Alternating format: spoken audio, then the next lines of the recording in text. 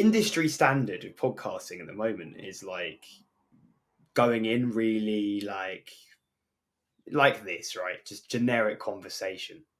Like that, but I feel like it's carried by a fan, like a loyal fan base that sort of is invested in what they're talking about. Realistically, we need a few episodes where we just chat shit and people like ideally warm to us, but I guess you can't really manifest that out of nowhere. No, I do think there's a handful of listeners who are like probably actually like big fans of the work that I do on United Cloud and like actually want to listen to what I say about anything, but probably very, very few people. And whoever you are, if you're one of those people, please let me know because that's really, really important. The most important people we've got listening. But like, yeah, I don't think anyone really wants to hear about my pre-podcast meal, for example. On the topic of chatting shit, is the story of how we started this week by getting pied by Sean Millis. Is that something you want to shed light on, Isaac? We don't need to go too much into it. But we were hoping to have Sean Millis on the podcast, which would have been quite funny. We did get one response, but I don't know. I think you're doing yourself a disservice there, mate. You were the first man to contact his media team before he came to the UK. It's true. It is true. Well, as far as we're concerned, it's probably true. But he had his fair enough. He had his little feature on Talksport and everything. So I'm not going to complain too much about Sean Millis. But he was at the West Ham game. I was at the West Ham game. Really good this weekend. I really enjoyed that. I think it's the best United, the most comfortable United home win in a while. It's been nice going up to Old Trafford and actually not having to worry about coming back down to London like the disgusting Southern United fan that I am. In tears. No, we just went straight. Me and my brother went up straight. We came back up and down.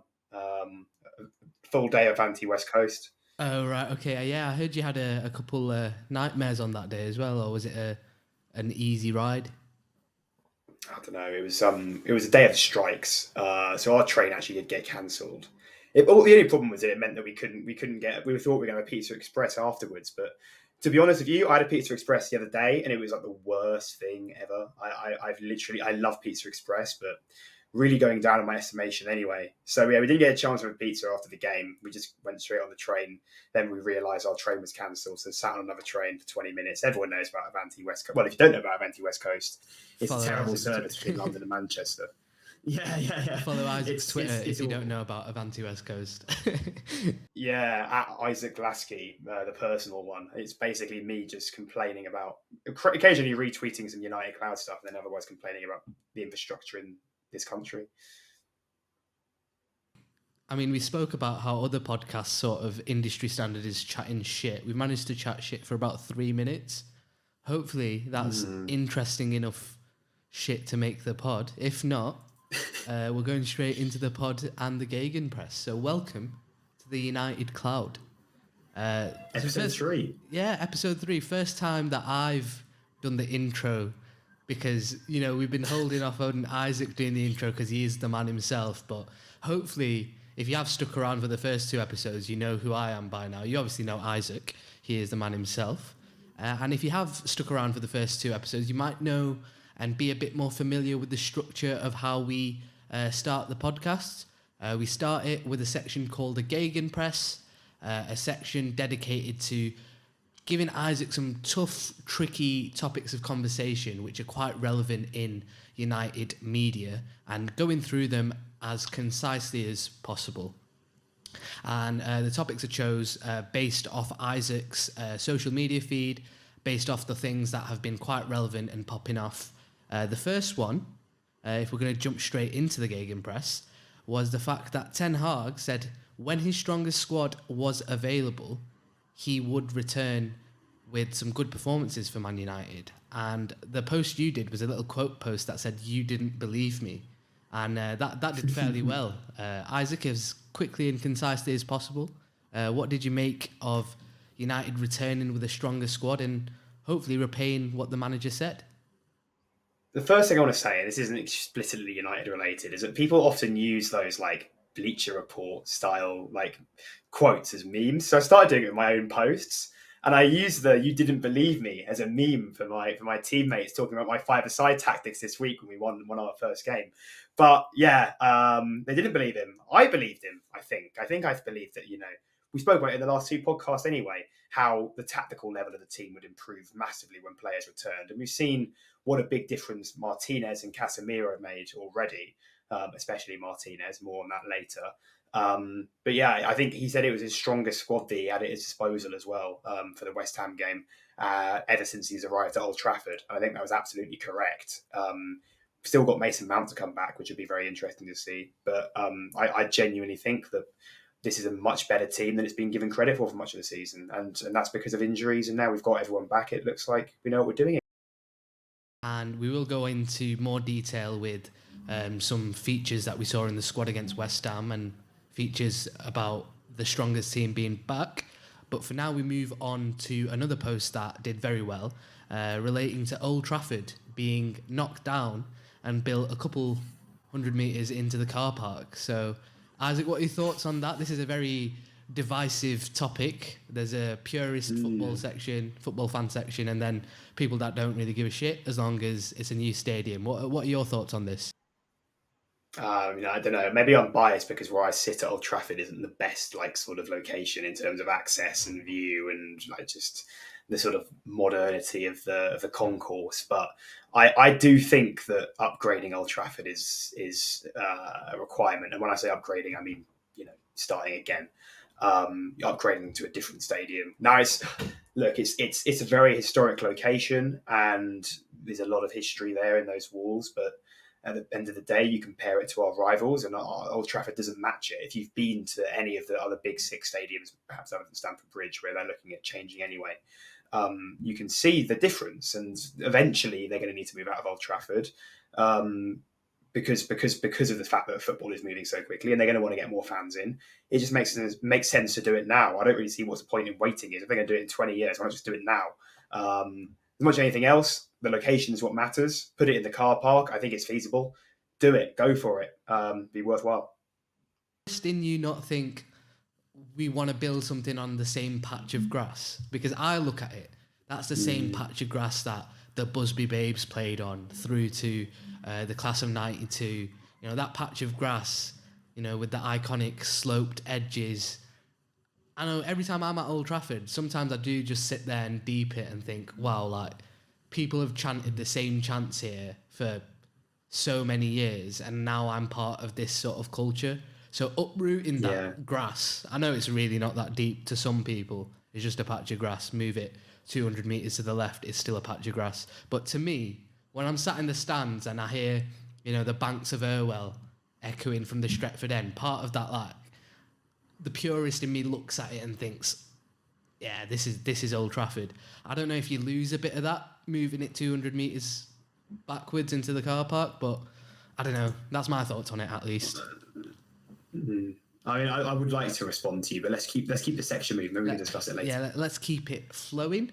The next post is a player-related post that sort of the next two posts really, because the first section we want to talk about is Garnacho starting 19 games in a row. That was a post that you did that popped off quite well. What are your thoughts on Garnacho's rise through the ranks and performances this year? Well, I wanted to talk about Garnacho on the right as a sort of idea, which anything else. Obviously he was playing on the left quite a lot with Rashford on the right, and then he was playing on the left with Rashford not in the team. Then he was moved over to the right where it made more sense because the balance of the team wasn't quite right with Garnacho left and Rashford right. I think Garnacho on the right has been fantastic. I do want to go into that later in the episode, talking about maybe the angles he has available to him and why it helps him and why it might not help him. But his professionalism and the way that he's stuck with it, throughout his entire spell working with Erik ten Hag, but not least this season when we really needed him to step up, has been fantastic. And some of the goals he scored have been great. I think that overhead kick did him the world of good confidence-wise. And ever since then, he's really kicked on. And he's not operating at a world-class level, but he's operating at a very, very good one. And, you see flashes of his world-class potential all the time. And I'm excited to see how he keeps on going, especially with this little thing he's got going with Højlund now. I guess that segues us perfectly into the main section. It was the final section of the Gegenpress, the photo of the three young talents, prodigies, if you'd like to call them, sort of emulating the Holy Trinity statue. And that's the photo of Højlund, Garnacho, and Kobbie Mainoo. It's a post that did very well, and something to be excited about as a United fan.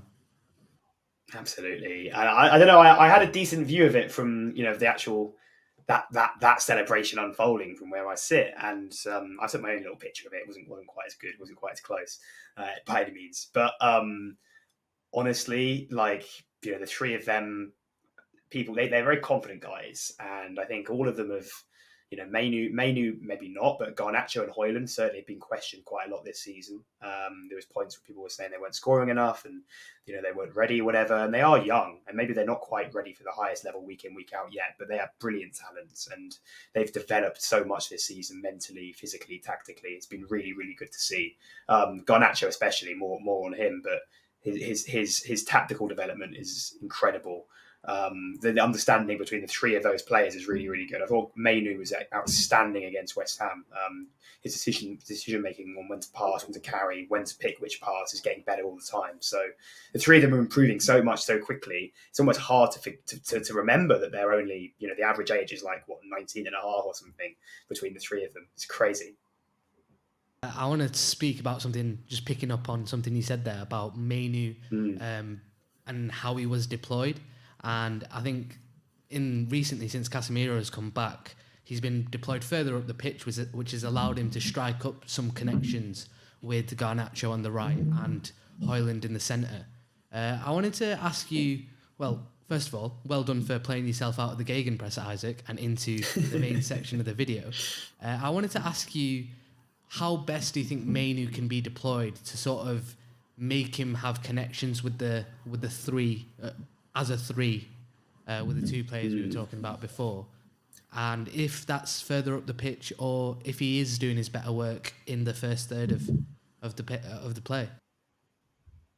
Yeah, I mean, I think he's got a big asset in the first third because he is so calm under pressure. He is very high volume possession player. He's happy to pick up the ball from deeper areas. But I don't know. It depends. Obviously, we're looking here now at short term and long term, right? Long term, what's Ten Hag's plan? What's United's plan in terms of, buying maybe a Casemiro replacement or sticking with Casemiro for another season? Like, how do you balance that? That's going to be a big question. For me at the moment, I like Mainoo as sort of the right number 8 who's got license to drop deeper and is expected to drop deeper to help him build up. Not least because I think the positional rotations with Dalot at right back work really well. When Dalot comes inside, Erik Ten Hag backs Kobbie Mainoo's ability under pressure so much so that he thinks he's technically secure enough to receive on the touchline, and that works, right? So I quite like Mainoo being on the right. I think obviously it means, as you say, he can link up with Garnacho quite well. There were a few times where he slipped Garnacho in behind, and that's something we're going to see more and more and more. I think he can play on the left as well, but for me, I think he's definitely a player who's more of a connector. I see him on the right hand side, and I can see that being a long term view for him. Yeah, 100%. Just wanted to say something you said there throws me back to how Ten Hag deployed Frenkie de Jong, obviously a technically secure midfielder. In the season where Ajax went into the semi-final and lost to Spurs, there was times where de Jong played centre-back, and there's also times where he's playing a very advanced 8 role. And I just think Mainoo has a blueprint there in terms of a player that Erik Ten Hag has developed to be sort of, I don't want to say a jack of all trades, because then the sentence after that is a master of none, but is more a master of everything as a midfielder goes, a Swiss Army knife in midfield. And I think, what his performances in the last few matches since Casemiro has shown is that he's very capable of doing a lot of roles, again, down to his technical security. And yeah, I saw that you noted and said that you saw a lot of carrying from Mainoo. How do you think he can best implement that into his game? I think he needs to, I know he watches a lot of Bruno Fernandes, right? Both in training, working with him, speaking to him, and I'm sure he does in general. Because Fernandes is somebody who's very well, since he's arrived at United, has probably improved his selection of what to do, better retention wise. I mean, Mainoo's somebody who can keep the ball absolutely fine, right? And I think both me and you have talked about how maybe sometimes he can be a bit more adventurous in his decision making. But the player you mentioned earlier, lots to talk about him in the week, and I'd love to maybe touch on that later. But Frankie De Jong is probably somebody worth watching for Kobbie Mainoo in terms of how does De Jong know when to carry, and obviously people have compared Mainoo to Thiago. I've seen on Twitter quite a lot this week people comparing that sort of first touch that he takes, where you go in and out sort of thing, outside of the boot, first touch, move away from the press, which works really well, right? I think that it's definitely a case of how do you determine where the space is? Are you going to be more confident? And I genuinely think so much of it, Mainoo, is just confidence at this level, because he's got it all up there, and we've seen enough of it. And against West Ham, I did note, and I said to you before, I wanted to talk about how his carrying has improved. We're seeing his decision making when carrying improving a lot. There were times where he evaded pressure. I think twice where he, in the first half, where he progressed up the pitch, having beaten a couple of players just from a carry, and then slid it into Garnacho at one point, I remember. And I think that's something where we haven't. That's probably the only asset in his game from youth team football that's not really been seen at its best in senior football yet. So I'm assuming it's much more a confidence thing than anything else, because physically and technically he's got it. What do you think? Do you think it's something we'll see more of? Just something I wanted to notice on that. I think we will see more of it. And then something you mentioned there was a stylistic comparison to Thiago. I think the biggest, sort of the easiest way to make that comparison is through how they use their body to shield the ball. When there is a lot of pressure applied on both players, they're very good at using their arms to sort of push off a defensive player to create some space between them and the opposition. And from that space, it gives them space to react to anyone coming towards them. So, in a way, I feel like if Mainoo does develop carrying into his game, he's less so to be a proactive carrier, in the sense that, like a Mateus Nunes, who's another example. Mateo Kovacic, maybe. Kovacic. They're proactive carriers of the ball. And I don't think Mainoo's quite going to develop into that. I think he has the capability to do that, but I don't think it really suits his game. I think he's more so a technically secure footballer that can carry it through the fact that he is so technically secure. Very similar to how Thiago did his best work at Bayern and Barcelona. To move this section on Mainoo on, I am slightly aware that you're a Welshman and a United fan, so bringing England into the conversation might not necessarily be up your street, mate, but a lot of people have been getting very hyped, United fans, fair to say, about the potential of Kobbie Mainoo playing for England and potentially forming a midfield three with Jude Bellingham and Declan Rice. As a Welshman, or just as a Kobbie Mainoo enthusiast, what do you make of that, and how do you think that could work? It's interesting. We're playing Wales England this weekend, so I'm very in the rugby, so I'm very excited for that. But generally, my bias isn't in football. I'm pretty easy on England. I don't really care too much. Rugby's a different story. So there don't be too much bias from me here. I mean, obviously, I want Mainoo to play for England because I want our players to do as well as they possibly can, right? And I think it would be within England's interest to play Mainoo eventually, of course. I don't know if the Euros is too soon in terms of like the mental pressure, but the guy can hack it. We've seen just how seamlessly he slotted in at United. And there's certain games, I think of the Everton away game when we won 3-0, where he just looked like the best, most confident player on the pitch. And I think he's come into a United team who have been pretty unconfident this season. His confidence has never looked low. And that's something which I think will translate well into international football if Southgate does choose to go with him. I think he's somebody who's very good at manipulating the space and finding where the space is, which for the international game, very, very important. We saw how much better Paul Pogba was on the international stage because of his ability to pick out where the space was, to run into it in sort of like a more South American sort of way rather than like a very positional European idea. More fluid, right? And we don't know what Mainoo would be like in the international game, and we've only seen snippets of him in academy football outside of playing first team club football. So I don't know. It's probably a bit too soon to decide whether he's going to flourish on the international stage or not. Something we have to learn. But I do think that the more open nature of the game will actually suit him really well. So it could be the case that Southgate gives him a call up soon, in March, and then likes to look at him. Faith in Southgate to do that, but I will talk about what I think Mainoo can provide England. The reason I don't have faith in Southgate is because last weekend he was watching Jordan Henderson play for Ajax, which makes me worry big time as an England fan. But I think the reason why Mainoo should be considered is because, again, something that I alluded to earlier about his ability to be a Swiss Army knife in midfield and what that allows the players that he's playing with to go out and do. And the main player I'm talking about is Jude Bellingham. I think Mainoo's facilitation of other midfielders at Man United, even at his young age, shows that in the future he really should be utilised, and you could even utilise him now because he's facilitating other midfielders, at such a young age. And I think by taking the sort of brunt of the passing away from them, right? Because he's such a high possession volume player. 100%. And as Jude Bellingham, a lot of his best work has been collecting it closer to goal for Real Madrid. And I feel like the criticism for the players that England have at their disposal is they're either really defensive and can play the six, or they're too attacking and they are out and out tens. And I think that means we're sort of putting Jude Bellingham into the 8 role sort of by necessity rather than by choice.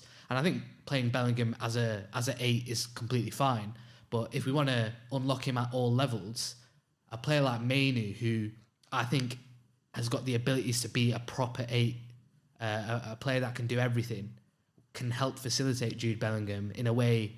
I mean, who else can? Calvin Phillips, Jordan Henderson? I don't think so. That was funny with Calvin Phillips on the weekend, wasn't it? He was absolutely terrible when he came on. Yeah. I mean, you would have been there hearing the stick that the Stretford End were throwing him. Clearly got in his head because he came on and threw an absolute stinker, mate. I do feel a bit sorry for him. I mean, I don't have too much sympathy, but I do feel a bit sorry for him in that he was completely it's not nice to see a footballer go somewhere and not play. But then at the same time, Leeds, Man City, I've got little sympathy, and it was very funny just how McTominay just completely bulldozed him, and he was rubbish in the previous game as well. Clearly, a guy who's suffering because he's not played enough. I mean, I did have a bit of sympathy for Calvin Phillips back when he was at Leeds, just because I sort of fancied him at United at one point, but I lost all sort of emotion towards Calvin Phillips when he went to Man City. But that's a different story. Moving on to a different player, a Man United player that we might have to be without. He won't be playing much football in the next 2 months at least. That's Lisandro Martinez. A massive blow when he just managed to get a few games together in the first team. I think it was Souček that injured him. And is it an ACL or?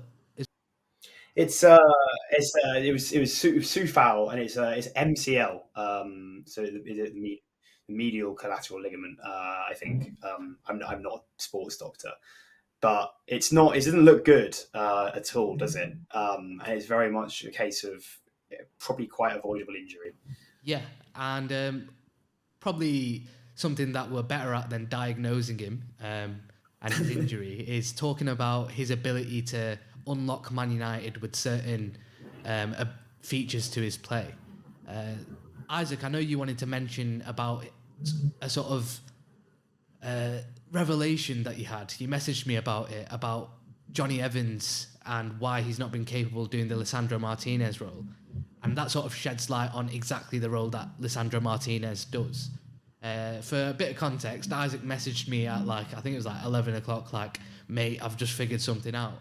If you want to talk about that and how much we'll miss Lisandro Martinez in the next few months. I mean, there's been a lot of talk this season about how we're going to, deal with the fact that he's not been there, right? Because he's not been there for most of the season, and we haven't dealt with it very well. I think having no Luke Shaw has been a big miss in that Shaw's an option to cover for him, and maybe we'll talk about that in a bit now. Obviously, there was a whole Rafael Varane saga with Ten Hag talking about passing angles, and then he was playing Johnny Evans on the left, not Rafael Varane. Um, and then there's a stat that emerged today, which we've known this for a while because if you look on FB Ref, I think they've actually got rid of this metric now, but you could see Varane's two-footedness.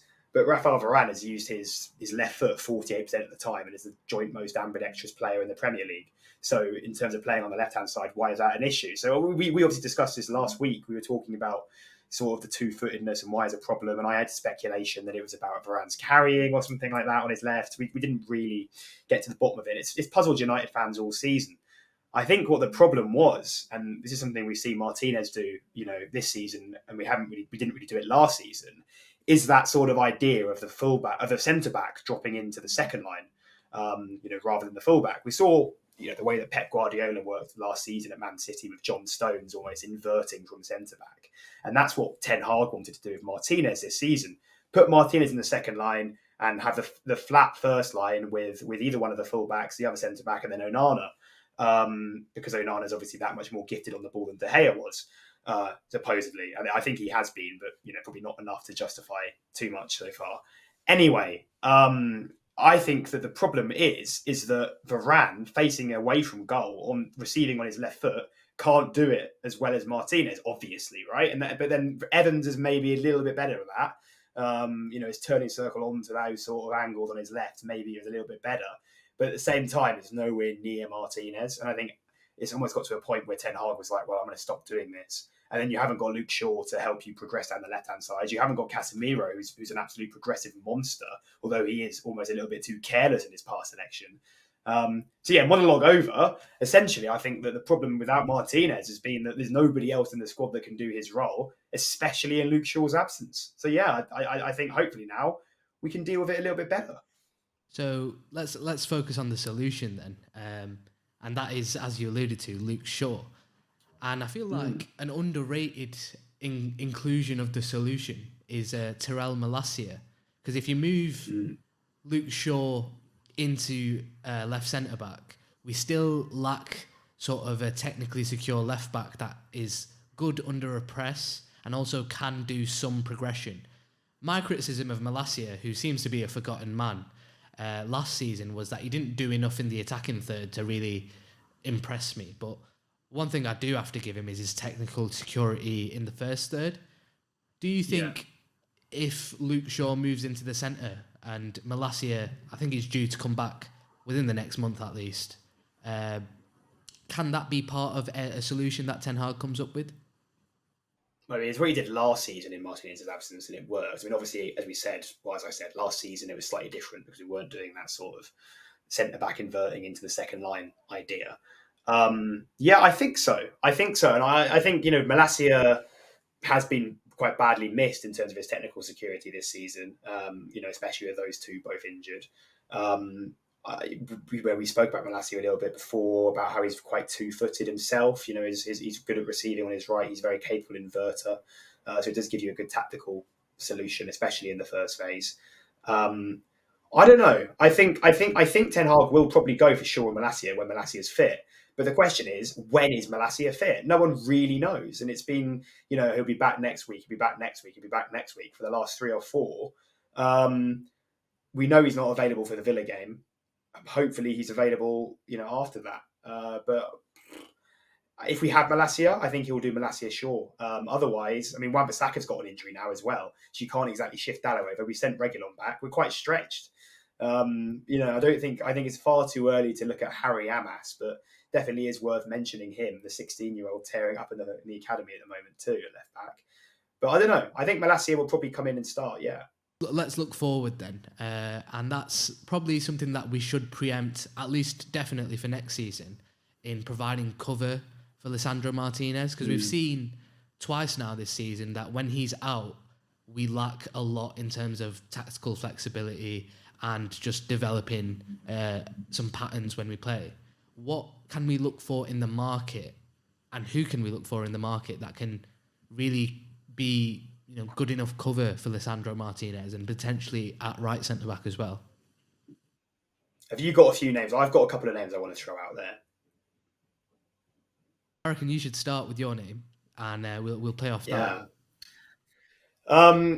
My name is someone that has become much more prominent this season. A lot of people know who he is now. He's doing really well. He plays for Everton. It's Jared Brandthwaite. I think he's a really solid option. And you can look at him statistically. I've actually got some stats written down. He is the best in the Premier League for the percentage of dribblers tackled, and he's very proactive in duels like Martinez is. He's someone who's aggressive. He steps out of the line. Lots of his recoveries are in the middle third of the pitch rather than being more reactive. He's somebody who's got 3.59 tackle interceptions per game, which is evidence of that. These are good stats, by the way. I've come up with some good ones here. And obviously at Everton, they've not had as much of the ball as he would have had on his loan at PSV last season, and he wouldn't have as much of the ball as he would have at United. So the possession statistics on face value aren't especially high in comparison to other centre-backs. But when you compare them to PSV last season, he had a 71% long pass completion, over long distances, which is very important because that's something Martinez gives us when Ten Hag likes to overload, then switch the play. That's Martinez's big plus. He can do that, and that was in the 94th percentile. It's 71% long pass accuracy amongst defenders in Europe. He was in the 75th percentile for pass completion. For pass into the final third, and he had an 87% pass completion overall. So he's someone who's very, very good on the ball too. 6'5", left-footed, also very comfortable on his right. He's a very good operator off either side. Definitely a left centre back though. He can carry well. Again, more of this to see in his game as he develops and joins a possession-based team. Someone who's a big goal threat too, which is an underrated quality. Size of having a season at PSV. I remember watching him against Arsenal in the Europa League last year. Very technically secure. He looked very technically secure in that match. Obviously, that's one match, but the stats back up, what I saw in that match, and his time at PSV is a very good sign of things to come if he were to move into a possession-based team. And then he's been very strong for Everton at a young age. The question is, what's the price that you expect him to be at? Let's hope that Everton get another 10-point deduction. As much as I think some of that's maybe a bit harsh in comparison to what's going on with City and Chelsea, but no, I imagine Everton will want around 60 million at least. That would be even if they got relegated, I think they'd want a lot of money for him. It is again. Is it a case of an Wan-Bissaka type thing where you're buying somebody off one season? I don't know. He had a brilliant season at PSV. He's obviously a player who's got a lot of potential. Look how much money Everton got for Anthony Gordon, and I think he'd probably get more for him. So, yeah, I don't know. Braithwaite is really good, really, really good. But that is my concern: is United tax, is inter-league. He's English, homegrown, of course. I think it could be a very expensive one, especially if he's not going to start week in, week out. I think a lot of it, if United choose to go for an ultra premium sort of young option like that, it will depend on how Martinez recovers from this foot injury that he's got going on at the same time as his MCL. Hopefully, have a bit of time. Let's look at the bright side here. Hopefully, that when Martinez is out now with this knee injury, he can actually rest and recover his foot injury rather than overexerting himself and re-injuring that. Because there were suggestions that he was complaining about his foot after the Newport game. So, maybe it's something where if that injury is more serious than we think and Martinez is not going to be as available moving forward, then you go and get a big premium option like Jared Brandthwaite. Otherwise, maybe there's a cheaper option in the market. I don't know. You did mention you had a couple names, Isaac. Out of curiosity, what was the second name to complement? We have Gonzalo Inacio at Sporting, who I think is a very good option. And there's the Athletic, Carl Anker did a really good piece in the week, actually, where he ranked Inacio as being 93.3% similar to Martinez from a statistical point of view. I've seen Inacio play a few times. I think he's a bit rash. I'm not a massive fan. Obviously, the player who's been talked about quite a lot across Europe this season is Joel Hatto from Ajax. And it wouldn't be surprising if Ten Hag went and signed Hato, because of this sort of consistent Dutch/Ajax link Not that he's still got in the 17 market. or 18. He's 17. He's 17, but he's doing really well. And look, I don't know how much Ajax would charge for Hato, but this is a case of you could definitely bring somebody in who would be understanding of being an understudy. At 17 years old at Manchester United, you're not going to be expecting to start every game. And I think we have got to think about that when we're recruiting for this position. Just another Ajax link, because it looks like all of Ten Hag's transfer rumours tend to be somehow related to him. Probably at the higher end of things is Matthijs de Ligt. Apparently rumours that he might want to leave Bayern. I don't know at this point, to be honest, I don't really know how he's performing, but would you consider that based off what we've seen of de Ligt in the past? I don't know. I don't know. There's a part of me that I look at de Ligt, I look at de Jong, linked with United in the past, clearly didn't really want us. Do you really go back? Do you prove a point? Oh yeah, hi guys. By the way, you can still come to us. I don't know. It's how like I feel. Going back to Sean Millis. I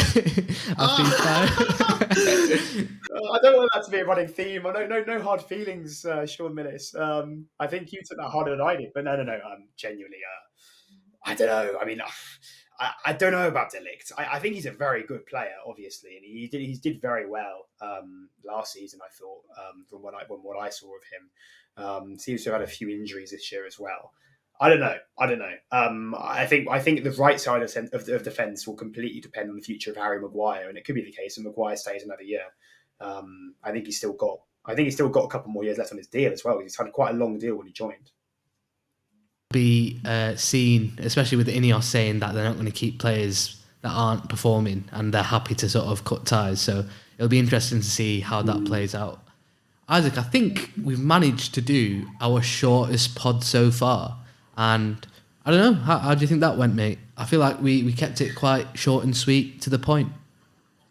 Yeah, it wasn't too much to talk about. I think we left it in that sort of awkward period of I guess the Villa game is coming up. We didn't really talk about the Villa game. I don't really know how that's going to go, to be honest with you.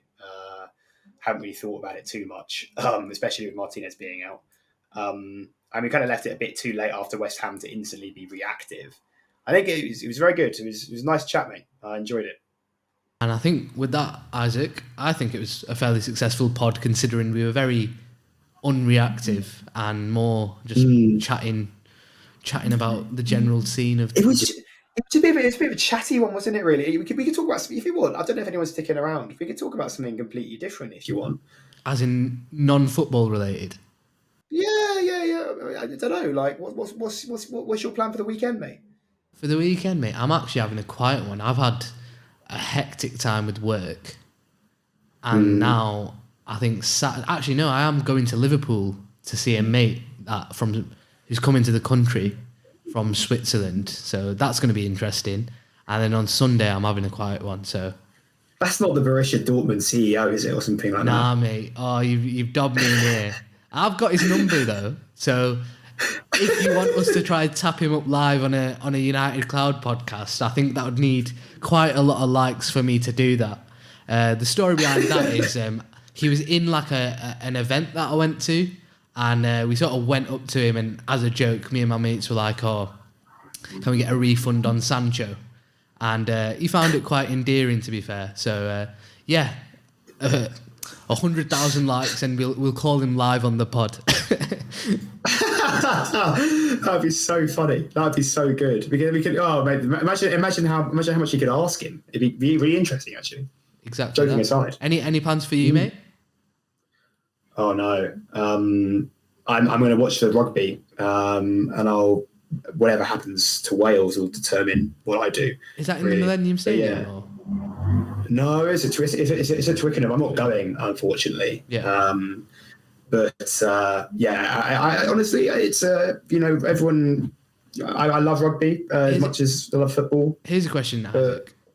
If Wales were playing rugby and United were playing at the same time, what are you watching? Funnily enough, I actually missed the game when Ole got sacked, the Watford game, because I was at the stadium watching rugby. I mean, it was a good game to miss.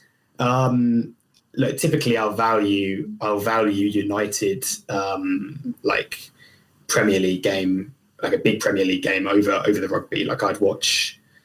I don't know. I've been lucky. I've not really had too many of these clashes. But I remember we went on a train to watch the Chelsea match, and I was just asking Isaac so many hypothetical questions. I remember asking you, It's fun. Wales win the Rugby World Cup or United win the Champions League. I don't remember what you said, mate, but I'm dobbing you in whilst we're on a United podcast to see what the answer is. I cannot give you my honest answer on this show. On this show, which insinuates that if we weren't on this show behind closed doors, it's Wales, mate. It's Wales, isn't it? I prefer really not to speak. I prefer not to. If I speak, I'm in big trouble.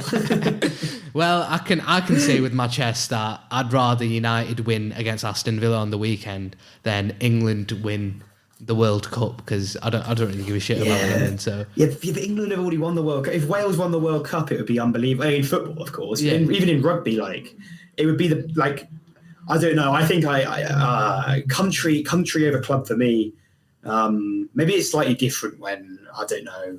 I'm like proper like always fighting in my corner for my entire life. I've been a Welshman living in England, and all my mates are England fans, and just it really brings it more out of you. Yeah, I don't know. The tribalism. Maybe I've got like super. I can't imagine Isaac as a tribalistic like sports fan, to be honest. So like I'd quite like to see you at a Welsh rugby match and just see how you. I'm different. I'm different. I'm different at rugby to football. Yeah, football I'm more like the rational, like the thinker, the nerd.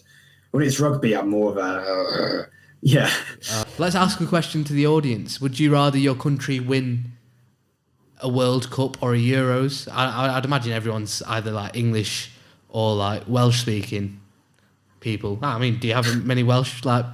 I had a look at the demographics. We've got people from all over. We've literally got people from all the continents who are listening to this. Who have listened to this before. What's the most surprising demographic? The most surprising country?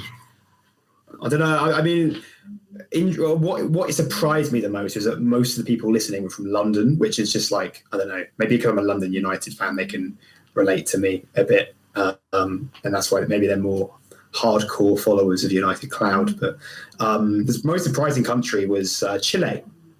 Right, so Chileans watching, would you rather them win the World Cup? Shout out to Chile. Yeah, big up Chile. Oh, surely if I'm Chilean and I'm taking a World Cup, imagine that over you've got like unbelievable. But if you're to be fair, I'm just not very patriotic at all. But like a United like quadruple, like I'm pushing the boat here, trying to make it as hard as possible. But I'd imagine most people choose country over club. I'm not that deluded to see that that's the normality. But yeah, no, I don't know though. I don't know. Like, surely if you're a Chilean guy, right, and you could just like you've got unbelievable like the amount of propaganda you've got for the rest of your life talking about Chile winning the World Cup to any of the South American rivals you've got. Like Argentina, just remember, like I know they've won the World Cup themselves, but they're such a completely different context. Like, they're not going to be able to chat to you. Like, you just won a World Cup. Like, you're Chile and you won a World Cup. I realise the conversation's very different when you take it out of England and take it out of me, to be honest. Yeah. Most English fans that I know would laugh at me saying that United over England. But I guess that's a question. If you're still around, get that in the comments, give your answers, and we'll see that you've watched the pod to the very end. But I think that was a very interesting pod, Isaac, and I think that's us wrapped up. So thanks for watching. Yeah, enjoyed that. Cheers, guys. Bye-bye.